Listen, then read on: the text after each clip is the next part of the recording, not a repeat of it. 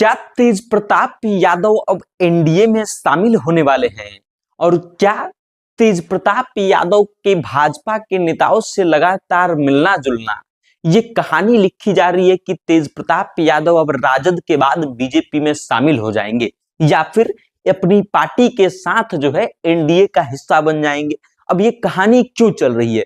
तो जहां एनडीए के बड़े बड़े नेता नीतीश कुमार, सम्राट चौधरी जैसे लोग मौजूद हैं, वहां पर तेज प्रताप यादव की एंट्री होती है और उसके बाद पूरे के पूरे सोशल मीडिया पर सिर्फ और सिर्फ इसी बात की चर्चा होनी शुरू हो जाती है कि तेज प्रताप यादव एनडीए में शामिल होने वाले हैं। इसके पीछे की पूरी कहानी क्या है और क्यों इस बात की चर्चा हो गई रही है?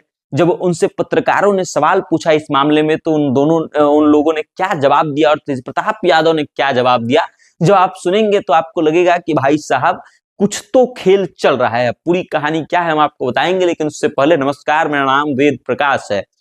तेज प्रताप यादव पिछले कुछ दिनों से लगातार सुर्खियों में है और सुर्खियों में रहने के पीछे का एक कारण है कि तेज प्रताप यादव एनडीए के नेताओं के संपर्क में लगातार देखे जा रहे हैं। कभी विजय सिन्हा से मिलना, उनकी पर्सनल नंबर मांगना, तो कभी उपेंद्र कुशवाहा के बेटे से मिलना और उसके अलावा तेज प्रताप यादव के दही चूरा भोज के लिए एनडीए के तमाम बड़े बड़े नेताओं को निमंत्रण देना, ये इस ओर इंगित कर रहा है कि तेज प्रताप यादव बिहार में एक बड़े फैक्टर के रूप में उभर रहे हैं। और वही तेज प्रताप यादव क्या अब एनडीए में शामिल होने वाले हैं? इस बात की चर्चा शुरू कहां से होती है, इस पर पहले आइए।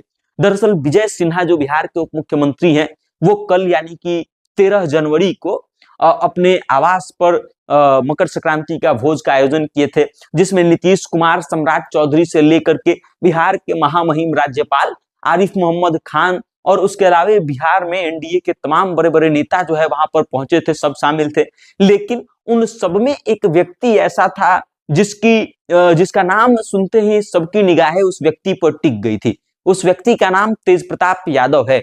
एनडीए के तमाम बड़े बड़े नेताओं के बीच में तेज प्रताप यादव भी पहुंचते हैं और जब वो पहुंचते हैं और मीडिया वाले उनसे सवाल करते हैं कि क्या आप एनडीए में शामिल होने वाले हैं, तो तेज प्रताप यादव कहते हैं कि ये भविष्य की बात है, जब समय आएगा तो बता दिया जाएगा। उसके बाद यही सवाल दोहराया जाता है विजय सिन्हा जी से और विजय सिन्हा भी कहते हैं कि भविष्य की बात है, कि समय आने पर सब कुछ पता चल जाएगा। अब ये समय आने पर सब कुछ पता चल जाएगा वाला कहानी जो है ऐसा है कि सब लोगों को लग रहा है कि कहीं ना कहीं तेज प्रताप यादव और विजय सिन्हा जो है ये हिंट दे रहे हैं कि समय आएगा तो सब कुछ पता चल जाएगा। मतलब कहानी लिखी जा रही है। अब पूरी कहानी तो आपने सुन ही लिया। भोज का आयोजन हुआ था, तेज प्रताप यादव उस भोज में हिस्सा लेने आते हैं। जब उनसे सवाल किया जाता है तो पहले तो वो ये कहते हैं कि हमने भी चूरा दही के भोज का आयोजन किया है, हमने निमंत्रण दिया था और हमको भी निमंत्रण मिला था, तो हम विजय सिन्हा जी के साथ मेरा व्यक्तिगत संबंध है इसलिए हम आए हैं। और उसके बाद ये भी कहते हैं कि हम भी अपने आवास पर कल जो है आयोजन कर रहे हैं, उसमें भी बड़े बड़े नेताओं को बुलाया गया है, बिहार के तमाम बड़े बड़े नेताओं को जो है निमंत्रण दिया गया है। और उसके अलावे एनडीए खाने के कई नेता और मंत्री जो हैं तेज प्रताप यादव का दबे आवाज में स्वागत भी कर रहे हैं। जीतन राम मांझी के बेटे संतोष सुमन भी उसमें पहुंचे थे और उनसे जब सवाल किया गया तो वो कहते हैं कि तेज प्रताप यादव जी अगर एनडीए में आना चाहे तो उनका स्वागत है, लेकिन ये पूरा का पूरा डिसीजन उनका होगा। तो ऐसे में एक कहानी जो है अब चलनी शुरू हो गई है कि क्या तेज प्रताप यादव जो है वो एनडीए के संपर्क में है, तो कुछ बड़ा खेल होने वाला है।